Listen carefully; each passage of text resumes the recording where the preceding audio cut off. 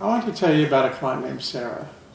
Sarah was a single mom, recently divorced, living in an apartment with her daughter. She worked remotely, had a stable job, and has saved up for a down payment. So she was ready to buy her first home. Here's the thing.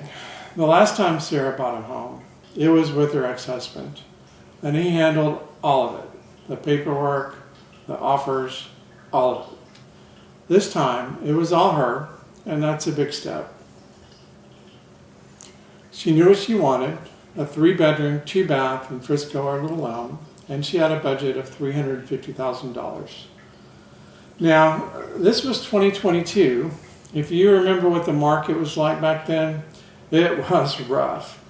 Homes in that price range were getting multiple offers within days of hitting the market. We looked at over 15 homes. We wrote offers on 7 of them, and every single time we lost out. I want you to think about that for a second. 7 offers, 7 times getting your hopes up, and 7 times hearing no.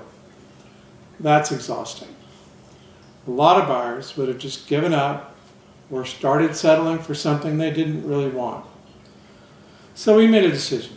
We widened the search a little bit and went further out, and that's when Sarah found a home she really loved. There was one problem. It was priced above her budget. Now, in that market, most agents would have told your daughter to walk away or throw in a low offer and hope for a miracle. Instead, I picked up the phone and called the seller's agent directly. Turned out, the agent was the homeowner herself. I told her about Sarah, a qualified, ready-to-move buyer who genuinely loved her home.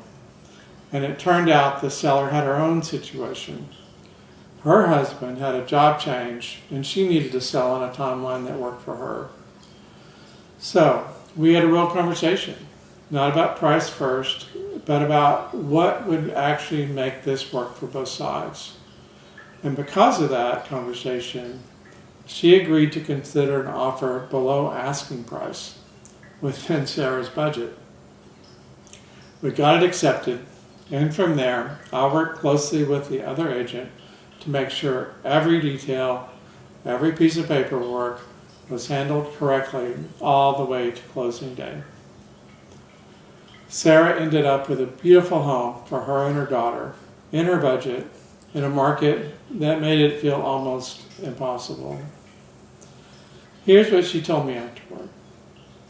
She said throughout the whole process, I was patient, knowledgeable, and reassuring, and that she always knew that I had her and her family's best interest at heart.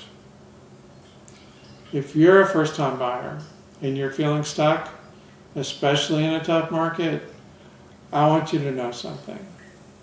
There's usually more room to work with than it seems. Sometimes it just takes someone willing to make one more phone call. If that sounds like the kind of help you're looking for, reach out. I'd love to talk with you.